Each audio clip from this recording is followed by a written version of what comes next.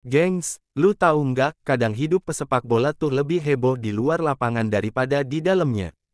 Nah, kali ini yang lagi jadi bahan gosip panas bukan soal gol, bukan soal assist, tapi urusan hati plus pesta ulang tahun yang bikin banyak orang geleng-geleng kepala.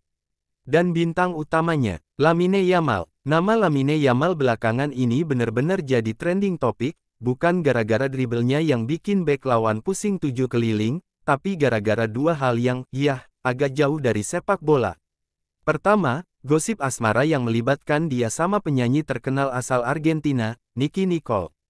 Dan percaya atau enggak, cerita ini awalnya cuma muncul dari satu video TikTok. Jadi ceritanya, jurnalis Spanyol, Javi de Hoyos, bikin heboh dunia maya. Dia bilang, tanggal 24 Juli kemarin, Yamal dan Nicki Nicole kedapatan nongkrong bareng di sebuah diskotik yang lokasinya cakep banget di tepi pantai.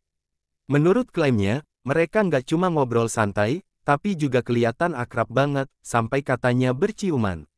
Tapi tunggu dulu, ini semua cuma dari omongan satu sumber yang katanya sangat terpercaya. Masalahnya, nggak ada satupun bukti visual yang mendukung. Nggak ada foto, nggak ada video. Cuma modal cerita dari satu orang. Nah, gosip ini jadi kayak bola liar di dunia maya. Ada yang percaya mentah-mentah, ada juga yang bilang, ini mah cuma akal-akalan biar rame. Tapi karena yang dibicarain ini Lamine Yamal, ya udah, langsung viral kemana-mana. Buat yang belum tahu, Nicki Nicole itu siapa sih? Dia ini penyanyi top di dunia musik Latin, asal Rosario, Argentina. Lagu-lagunya kayak Mami Chula, Kalekau, dan Marisola udah jadi anthem di banyak tempat. Popularitasnya di Spanyol juga tinggi, jadi wajar aja kalau rumor ini langsung bikin netizen panas dingin. Ibaratnya, ini kayak kalau pemain bola muda ketahuan deket sama idol K-pop, auto geger, bro.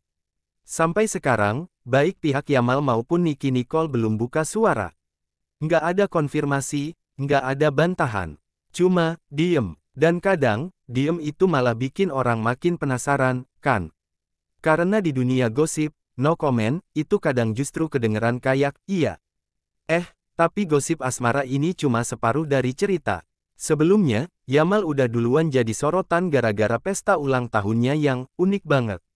Tema pestanya, mafia, geng. Bayangin, tempatnya rame, glamor, tamu lebih dari 200 orang, lampu kelap-kelip, semua serba wah.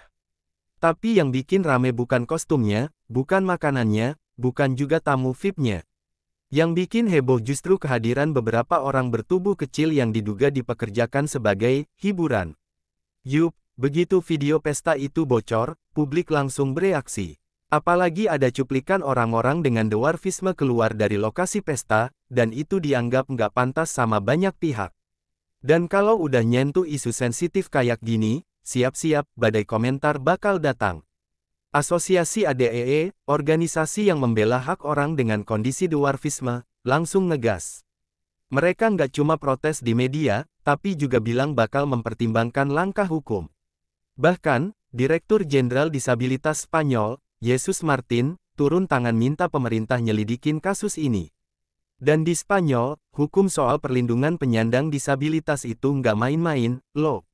Kalau nanti terbukti melanggar, Yamal bisa kena denda yang nggak kecil, sampai 867.000 pound, atau sekitar 17 miliar rupiah. Gokil, kan? Angka segitu buat pemain muda memang bisa dibayar, tapi tetap aja, sakit hati kalau duit segitu hilang cuma gara-gara pesta. Ibarat lo beli mobil sport mewah, tapi kebakar gara-gara nyalain kembang api di garasi. Nah, di balik semua ini, kita nggak boleh lupa siapa Lamine Yamal sebenarnya. Dia bukan sekadar pemain bola biasa. Di usianya yang baru 18 tahun, dia udah ngoleksi 2 gelar La Liga, 1 Copa del Rey, dan 1 trofi Nations League sama timnas Spanyol. Kariernya bener-bener lagi di puncak. Masalahnya, makin tinggi lu naik, makin kenceng juga angin yang nyorot ke hidup lu. Prestasi luar biasa di lapangan itu jelas bikin dia diidolakan jutaan orang. Tapi sekarang, spotlight itu nggak cuma nyorot pas dia lagi dribble atau nge-shoot, tapi juga pas dia keluar klub malam atau bikin pesta. Popularitas itu kayak dua sisi mata uang, bisa bikin lu bersinar, tapi juga bisa bikin silau sendiri. Di usianya yang masih muda banget, Yamal harus belajar satu hal penting, popularitas itu bukan cuma hadiah, tapi juga tanggung jawab.